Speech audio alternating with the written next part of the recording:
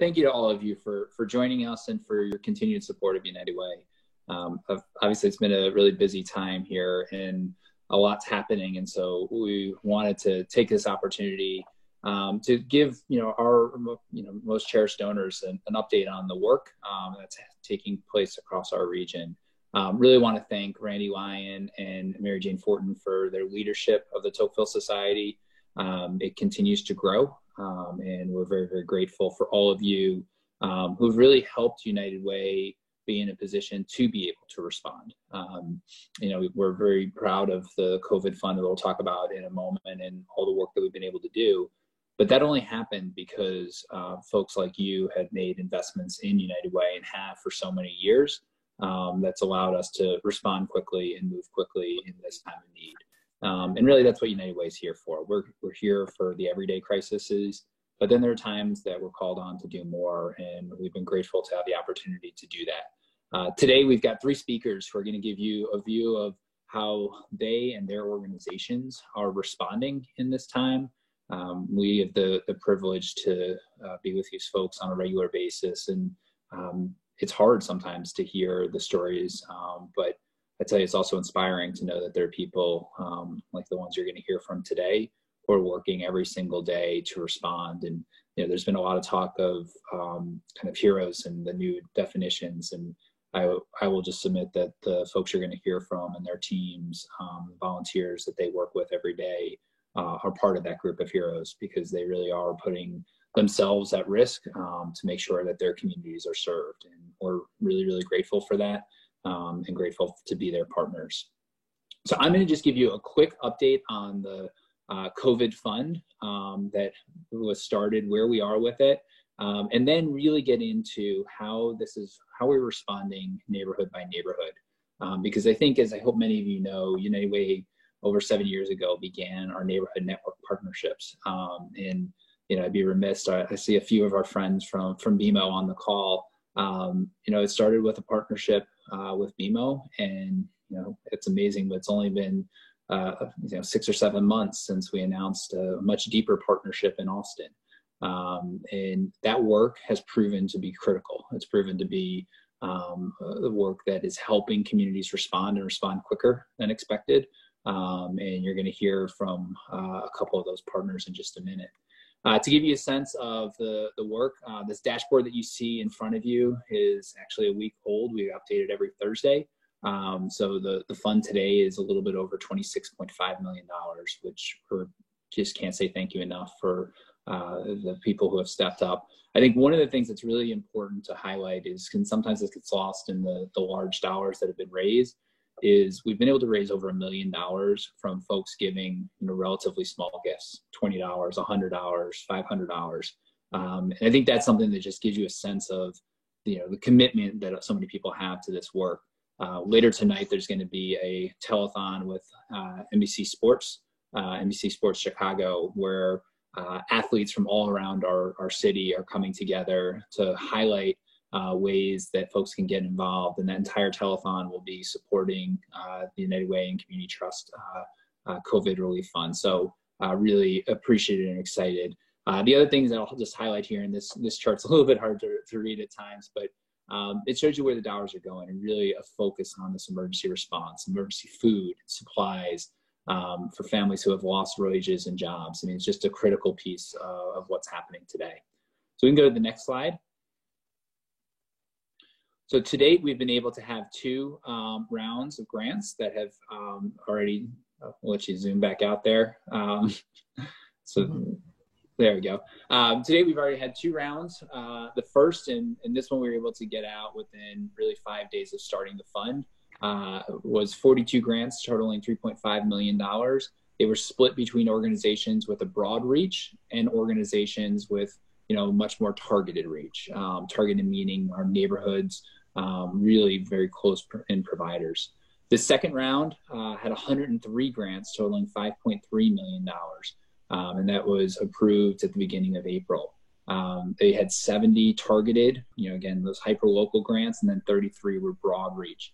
It was mixed between the suburbs and the city, with a strong representation in the Latinx community as well as in the African-American community.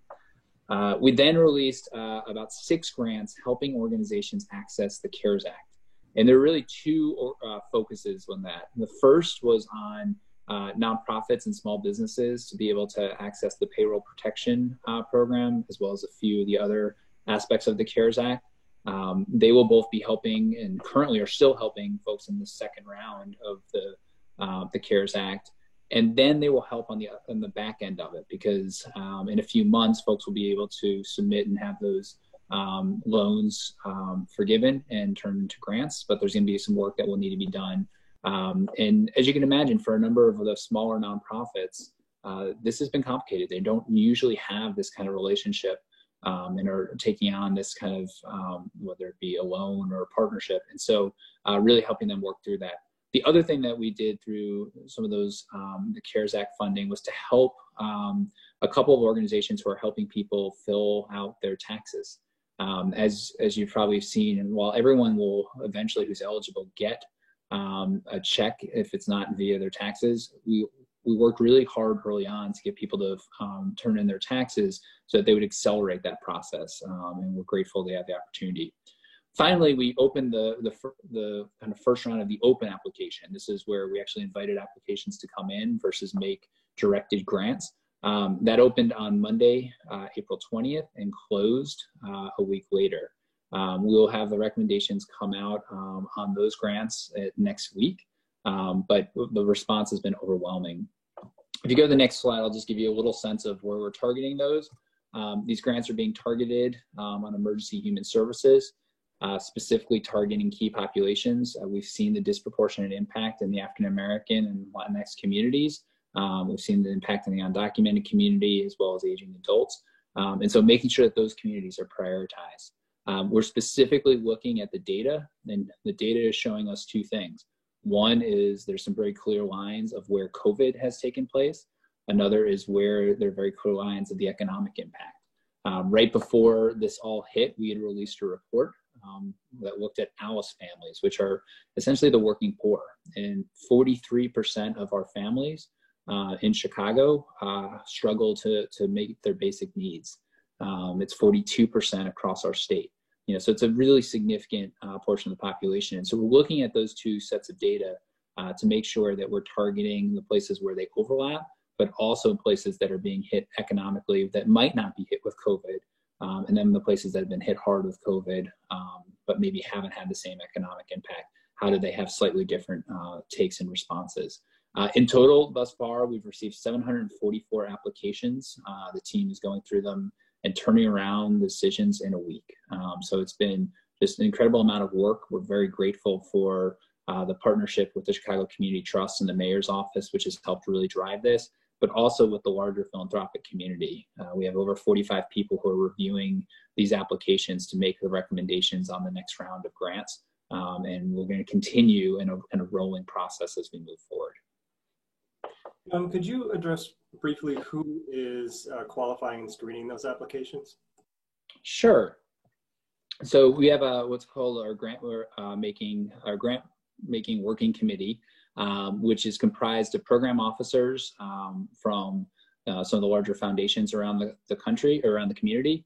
And so they are really reviewing each of these applications. They've been able to divide them up, and they're going through them. They are then working in partnership with kind of key community stakeholders. So we've been able to work and get feedback from obviously the Mayor's Office and the Department of Public Health and others, but also with some of our neighborhood network organizations who we meet with on a regular basis, telling us, here's what we see as some of the key issues that we're seeing in our community. Here's some of the partners who can work on that. And so it's been really a broad set of partners helping to provide input that ultimately lead to this final decision making.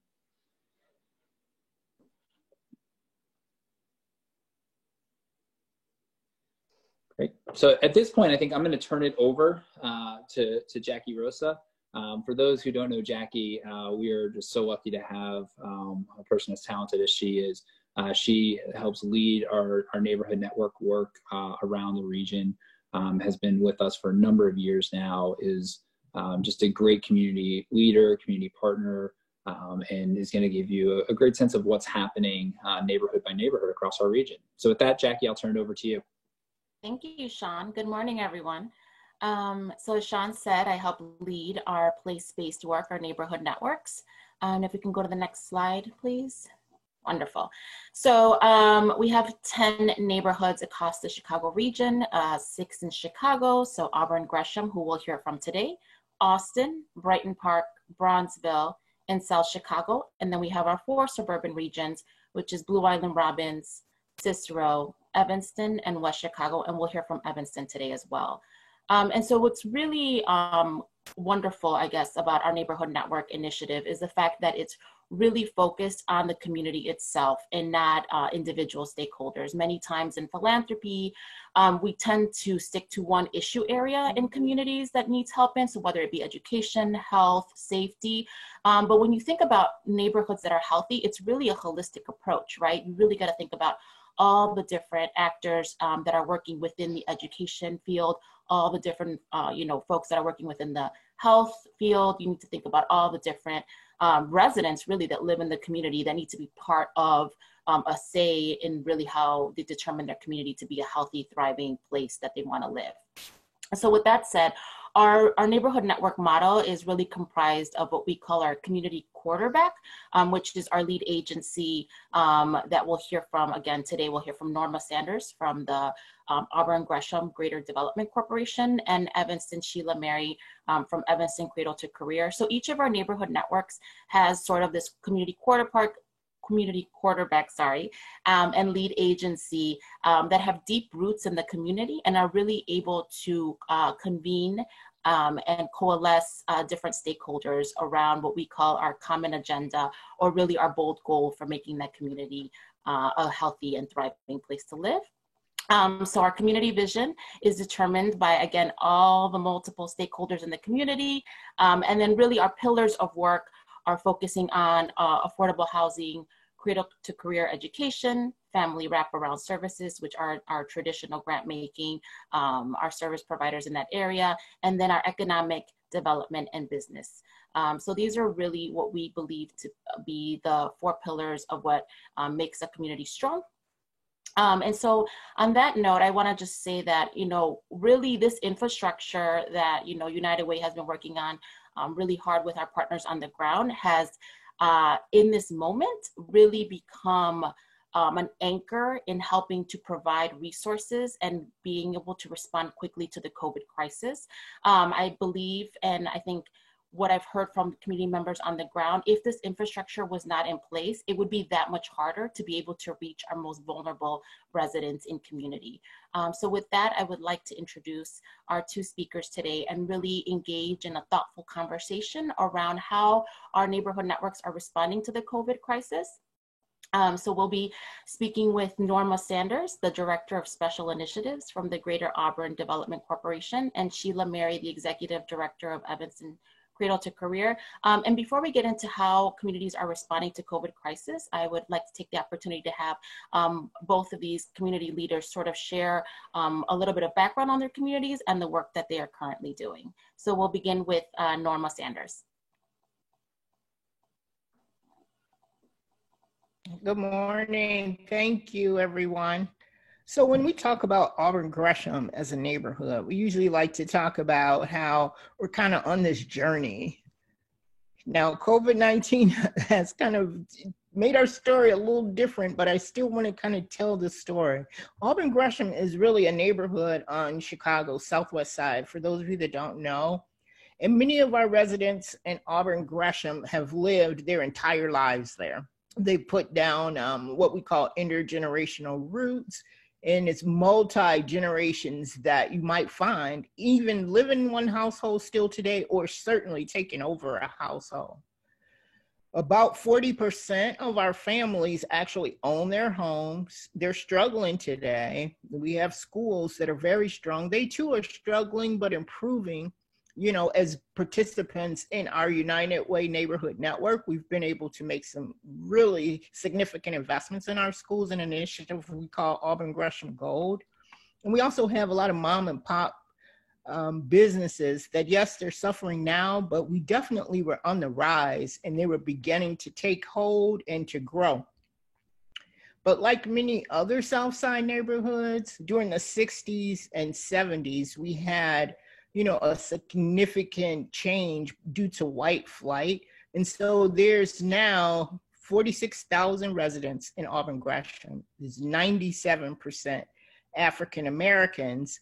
And those small mom and pop businesses in our corridors actually haven't been invested in at all by public or private investment. So it's one of our challenges. And if you've listened to any of the data about Chicago, many African Americans are leaving the city. What we found, because of our deep roots in Auburn Gresham, there is some very slow movement, but not much. So our neighborhood is as strong as it has been throughout the years, just very much so disinvested. So if we kind of go through the journey and think about today, or even, kind of just the pre-COVID, we were in a position where not only was the population declining, but the neighborhood has a almost 30% unemployment rate pre-COVID. I don't have the data today of what that is, but we can just imagine with a lot of blue collar workers and even some of these mom and pop stores that had to shut down, that probably has doubled at this point. So more importantly, just to frame the COVID-19 situation of today, Auburn Gresham was the very first neighborhood that the city of Chicago showed or announced the first death. So that hit us pretty hard. When we heard that, we knew as a neighborhood we had to kind of jump into action, because if one person was announced, we immediately start working with the city and the county to try to get the entire zip code data, which now everyone has privy to, because one person probably was an example that there was a lot more to come. And we ended up being right, unfortunately. And the unfortunate part about that is Auburn Gresham is what we call a health desert. And a health desert means we have no hospital. If we showed you a data slide with the health facilities and the hospitals in our area, like right in our zip code, it would be blank. It would have no data points for hospitals and one data point for a clinic that exists within the zip code, but it's outdated. It hasn't been refreshed for a while. In fact, our organization built a health clinic in a school, invested about $7 million, had UI Health and the UI Health Mile Square Hospital System as our provider. They moved the center because the school shut down, and that just happened in August. We had opened up 2 years ago that clinic to the community, so it wasn't just providing services to the school. So a health desert is probably even an understatement. We're just a neighborhood of destitute for health. So that news of that first reported COVID death in Auburn Gresham, like I said, it hit us really hard, but it also drove us to action. So we have a very strong neighborhood network. We all reacted to the news in the same way. And it kind of leads to this one slide of data. If you see on April, the very first week of April, Auburn Gresham was the highest number of reported cases as well as deaths. Now there are 3 neighborhoods, with one of our other neighborhood partners on the west side, Austin, being one of those neighborhoods. And we also have one farther east from Auburn Gresham, which is South Shore. So this, although it's heart-wrenching, it really has made us go into action fast. And what I want you to do is listen to or remember this slide as we kind of set the tone for the questions that we're going to ask or that you may have about this. So we go deep into what we're doing to kind of mitigate some of the concerns and needs that people have. But if you look in the bottom right-hand slide, that's something people aren't talking about today. We have heard on the news that people 60 and over should be really concerned.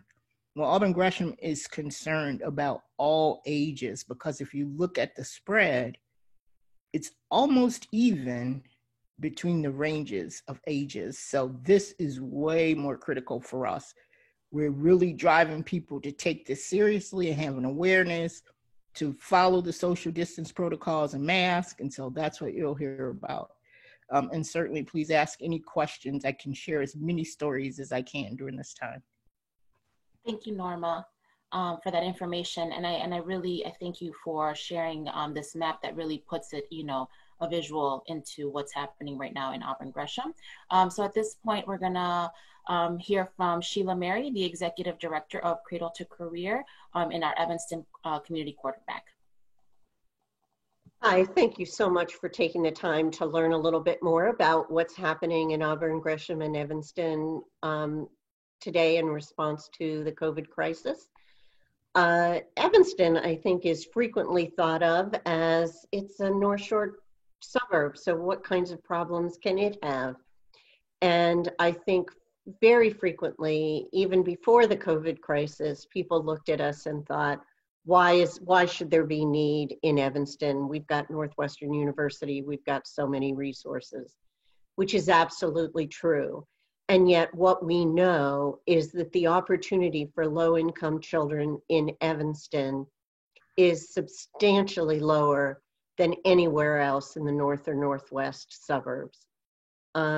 As the map in front of you, Chicago or Evanston's schools are about 42% low-income students and well more than 50% children of color, unlike people's perceptions.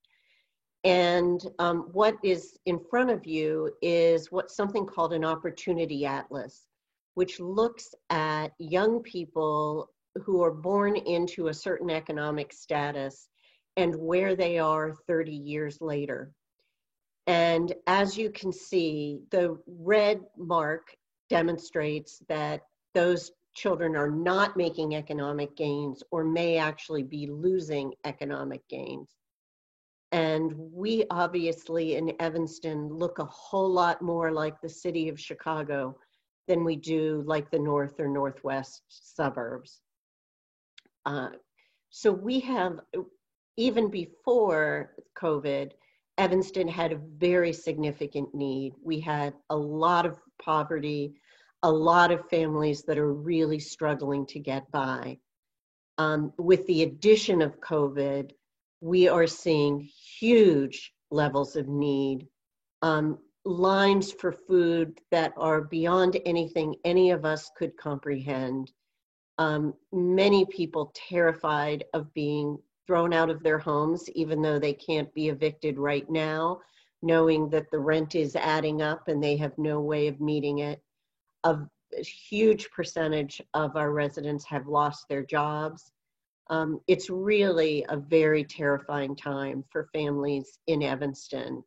I am co-chairing a COVID task force for nonprofits for our city as part of the mayor's COVID task force. And that has put Evanston Cradle to Career in a position to really impact, I think, the long-term outcomes of this COVID crisis. And I think that's something we'll talk about in a few minutes, but I think that gives you a picture of Evanston. Great, thank you, Sheila. So at this point, we're gonna have a conversation with both Sheila and Norma. And I think I wanna, both of you have already sort of talked about the significant challenges that your communities are facing as a result of the COVID crisis. But if you could maybe give us I guess the top issue that the community is facing, or maybe top two issues, because we obviously know it's probably more than one. And then how your neighborhood networks have responded to really help provide supports to residents in need.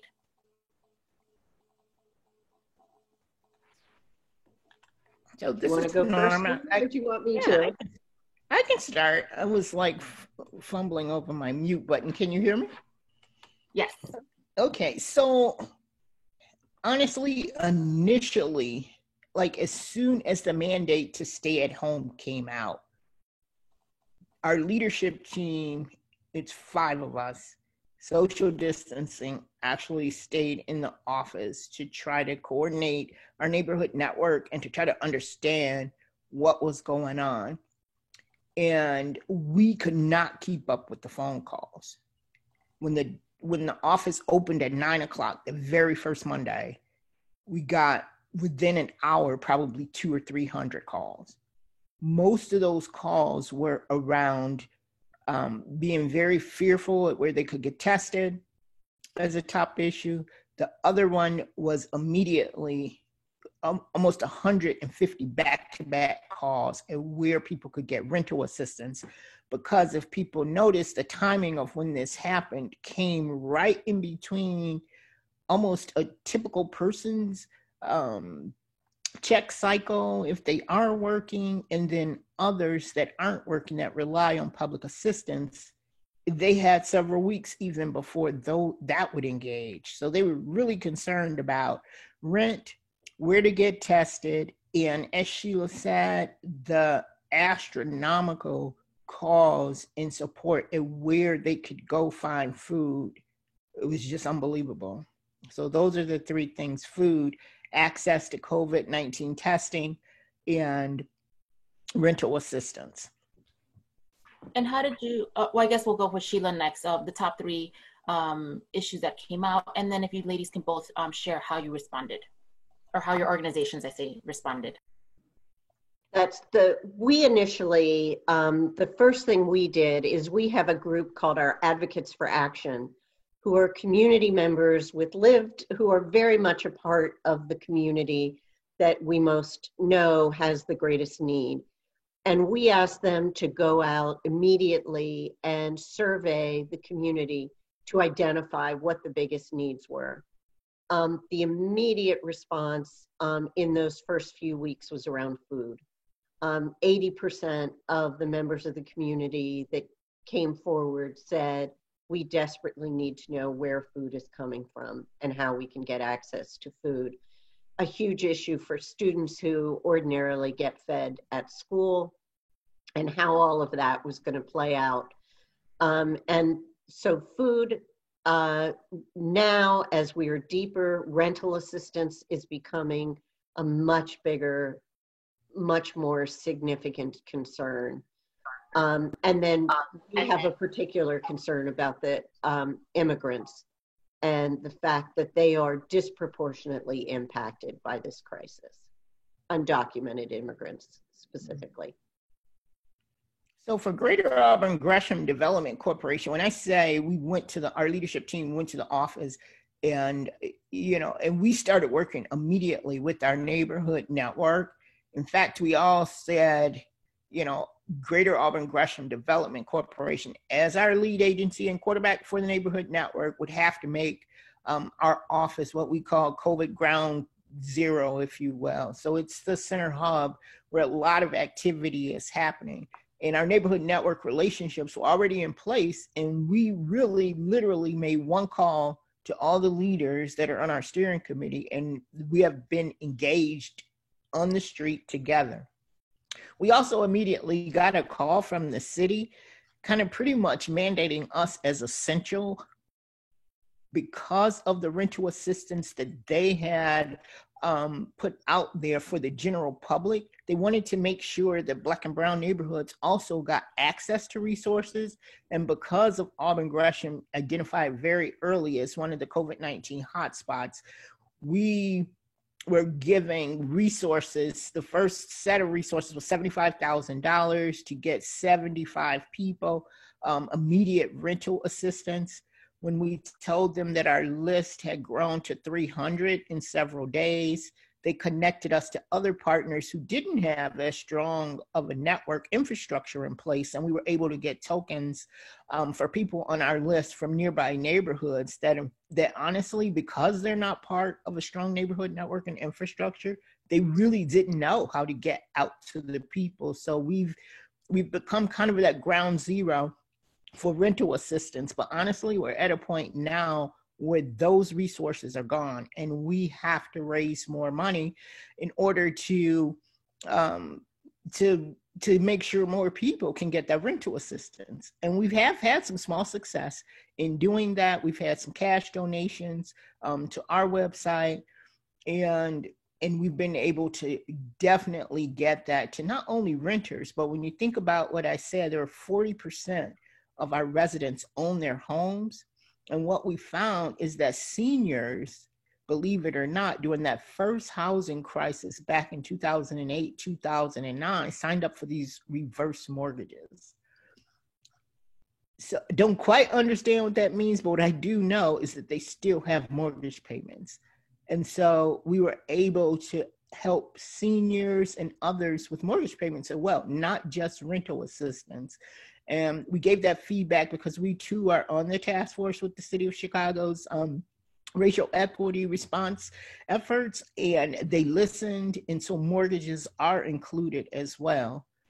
Right now, the city funds are probably depleted as well. So I believe the mayor is going to be on the news today with a plea to have additional funds raised even for the city funds. So we're all in this together. We all need to do that. So that's one of the things that we're doing. For the food, we have partnered with one of our neighborhood partners called the Kindness Campaign, who has primarily been helping to get food to the homeless population across all of the city of Chicago, not just Auburn Gresham. But he has worked with us to have some specific meal deliveries to seniors in the community who aren't able to get out. A lot of the seniors are mobile and they can make it to the city sites, they can make it to our food pantries, partners, but some honestly cannot get out. So this raised a red flag for us that I think Father Flager likes to quote the numbers. Normally the food pantry, the largest one run by Catholic Charities, would get 300 people a day, and that now is about 1,200 a day. So we have collectively working with the Greater Food Repository to set up what we're calling a food stability center. Our goal is to not just make it a pantry, but to think today and maybe long-term how we can help people. But our volunteers across the neighborhood network, all because of the leaders, have engaged very quickly. We also got, for the people that are concerned about testing and that are concerned about the awareness of COVID-19 being taken seriously in the community, a big push for people to wear masks and to stay home. The local aldermen, when I tell you they now call themselves as leaders of the neighborhood network, you know you're making progress and have built some trusting relationships that work. They collectively were on the news telling people to stay home. They have been holding mask giveaways with us. We gave away so far 26,000 masks across the city of Chicago, and I think we have about 8,000 more. So as a result, these masks donated by Dr. Willie Wilson, he has given the city 1 million masks to give out to all the aldermen across the city of Chicago. So that's what we're doing fast to get people engaged. As an organization, we're trying to keep people to stay connected too, because we have, almost 50% seniors in our neighborhood. And what you don't always think about is the social cohesion that many of them might have being alone, or, not being, their caretakers not being able to make it to their homes. So most of them, we do know, have cell phones, and we've set up what we call a rapid resource information line, just so during the middle of the day, people can call in and hear someone else's voice and learn a little bit about not just the state of COVID-19 in Auburn Gresham, but just some fun things and how to take care of themselves and numbers to call and places and resources. So we do that. It's our rapid response information line just to keep people connected. That's how we keep our staff connected as well. Wonderful. Thank you, Norma. And now we will move on to Sheila. So in Evanston, our Advocates for Action, as I mentioned, got out into the community to identify the need. The first thing we did was create a virtual pantry, sending out gift cards, Target gift cards electronically, so people didn't have to actually go out and could have food delivered to their homes if they couldn't safely get food in other ways. Then the next thing we did was to redeploy a number of a significant percentage of the funds we have previously received from the United Way to focus specifically on the needs we were identifying with the COVID crisis. We partnered with a coalition of Black churches in the community to distribute some of these funds to get money into the hands of families that were really struggling. We also received funds through the Chicago COVID Fund that we specifically targeted for undocumented residents who we knew would not have access to unemployment, general assistance, or emergency, or the stimulus funding from the state.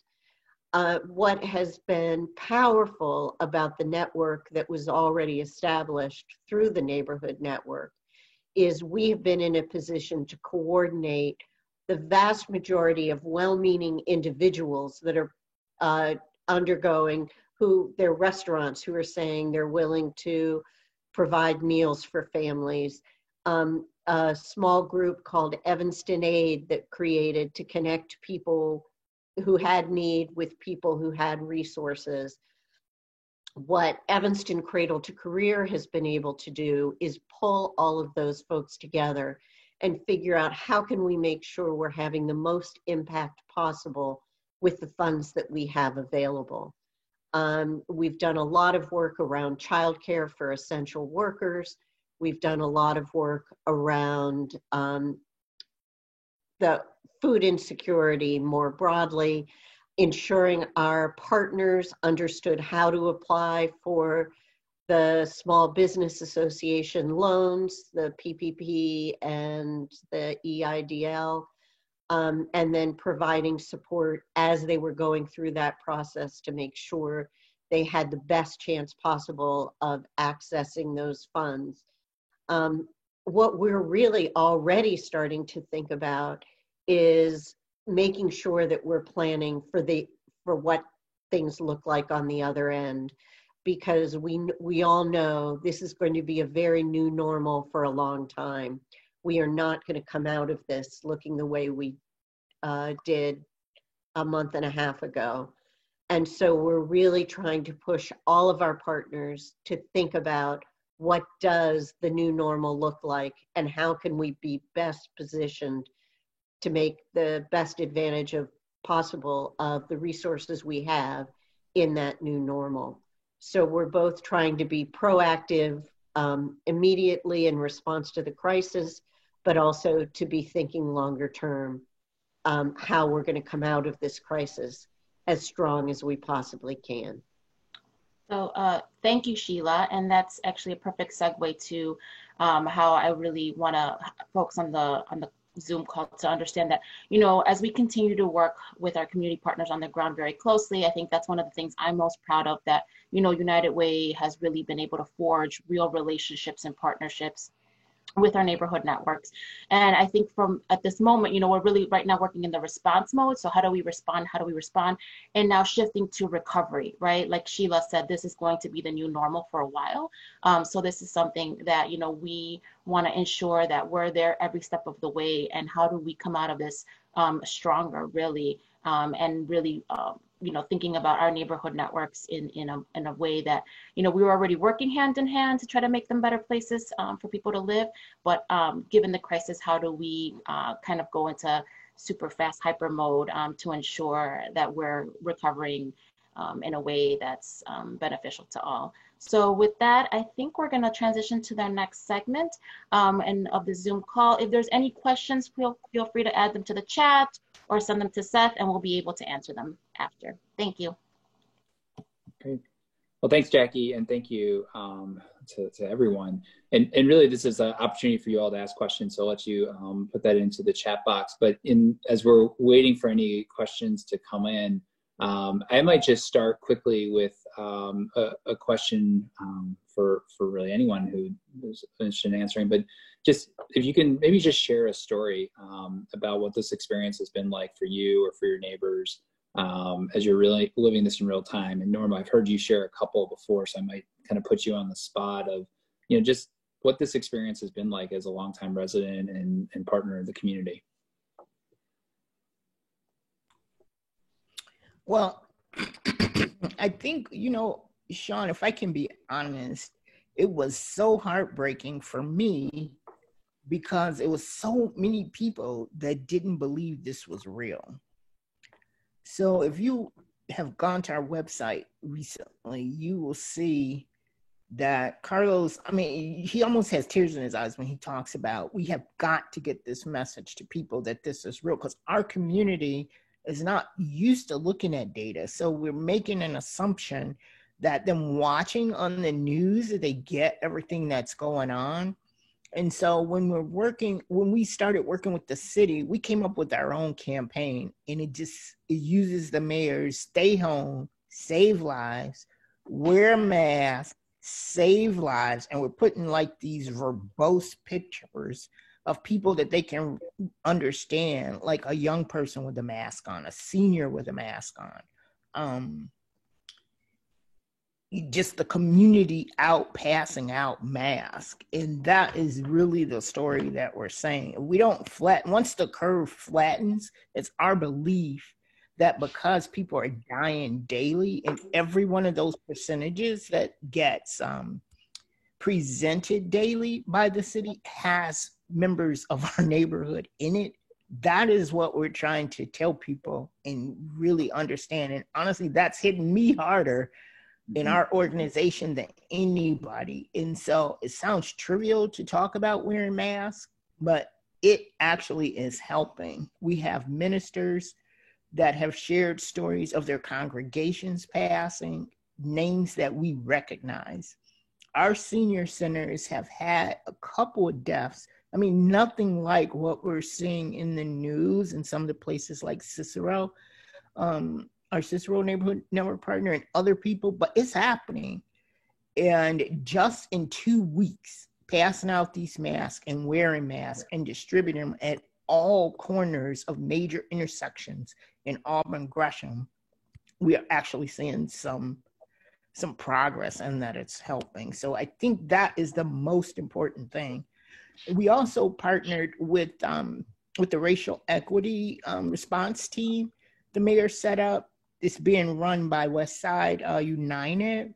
We had our first town hall, and because we only had 3 days to prepare for that, we were really concerned that the neighborhood would not chime in and listen at 10:30 on a Saturday morning. But we had, as far as we can tell, over 3,000 people participate online via Zoom. We had 523 people on the phone because we wanted to make sure seniors could have access, and we really helped them understand in a fun way, like fact or fiction, how do you understand really what's going on? And we think people really get it. So as I was unfortunately having to drive to the office, I think that was Thursday, I started counting the people on the corners and on the bus stops that had on masks that I didn't notice before. And it was phenomenal that almost every person had on a mask. So that's kind of my little warm story that I have to tell, that when things are working because you can see it. So that investment in some of those were donated. Some initially we had to buy. What we didn't have that we had to spend a good chunk of our money on were gloves. And we didn't think about that. And so we just had to do that. We also had some of our health partners tell us you can't just take those masks out of the boxes. So we re-engaged some of our urban green team, who are our street outreach people, to come in social distance. And we spent a lot of money to buy little plastic bags so we could pack up, maybe some for a family of 5, one or two, because they are paper. So we didn't want to just put one. And we've been doing that constantly. And when Father Pfleger got an additional 10,000 masks last Friday, we engaged our team again and more volunteers to do that as well. So, I mean, it feels like it's getting better, but for us, it feels the same. Norma, thank you for sharing it. I hope others can kind of feel the passion and energy that Norma has shared. And I've been lucky enough to be on a number of calls with you and with Carlos, and just grateful to have people like you who are so committed to your community and standing in that gap. Sheila, I know you all are doing just incredible work as well. I think one of the most devastating stories for us, and I think it's such a reminder about that home is not the safest place for all people, and is a mother who was a victim of domestic violence and stuck in her home with her abuser, not able to get access to the phone because the abuser was there. Terrified for her children, terrified for herself, without adequate food or access.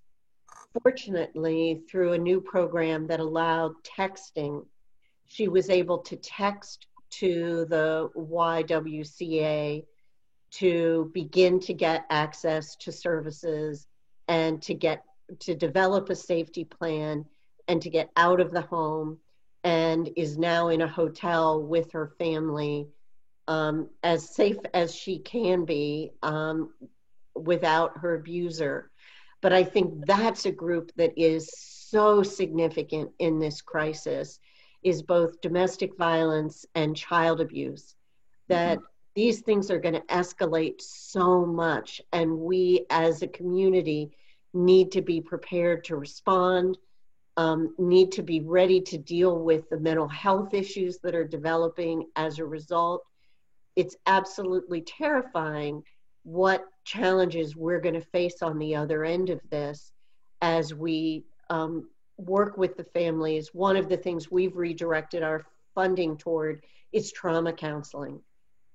This is a real trauma for a huge number of people, and we really need to we are going to need to be really focused on mental health issues as we come out of this crisis. Thank you, Sheila. And maybe I'll just end it on one last question for you all, and a little bit of a take on, I think, part of what John's question was looking at. How are you all dealing with this? Like, how, each of you, Sheila and Norma, are helping to lead incredible work, and it's work that's draining. It's work can be scary. Norma, you talked about, just the toll on your community. How are you all and your teams responding? How are you doing, and how are you keeping your teams moving forward in the incredible ways that you are? Sheila, maybe we'll ask you to start, and then Norma will have you go second. Okay.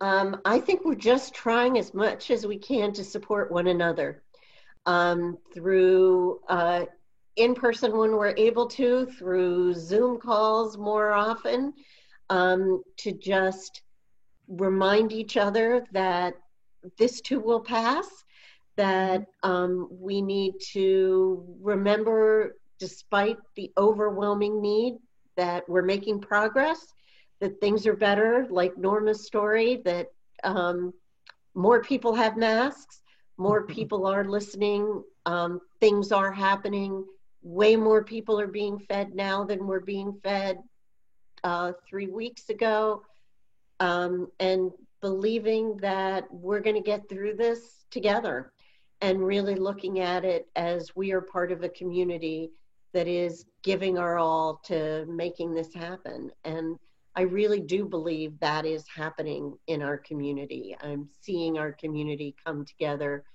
in ways that is really affirming and making us all believe in the better angels of ourselves. How about you, Norma? Oh, that was very well said, Sheila. Well, I'm saying this very humbly because it may sound a little selfish, but Greater Auburn Gresham Development Corporation has one advantage I think that other organizations don't have, even though we're tiny. We call ourselves, and it's actually really proven itself to be true, a comprehensive community-based organization. And that way we have, although small, a very small housing team of 2 people, maybe 3 people now, one of which is our United Way Neighborhood Network caseworker, who we hired to do the SEMER work to help people get out of these type of situations. But she has been phenomenal in just taking over and managing that rental assistance process. So that's run by Linda Johnson, who has a lot of energy, and I'm really proud to say is my friend. We also have a new development person that we were able to add to strengthen our infrastructure as part of our United Way neighborhood work, looking at this holistic neighborhood that Jackie talked about.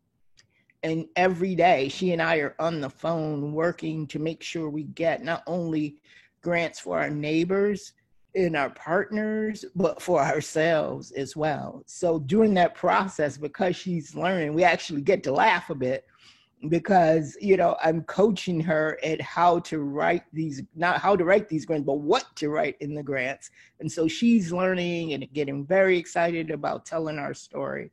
We also have our Urban Green Team, which is a social enterprise that with some of this funding, and we definitely need more to keep them working, those are our hourly workers who are out there typically on the street doing debris removal or, you know, beautification. And one of the things that they noticed is another good story, Sean, is that if people would turn their garbage cans just one way where the garbage man could pick it up very quickly and easily and get it into the truck faster, that would make their life easier.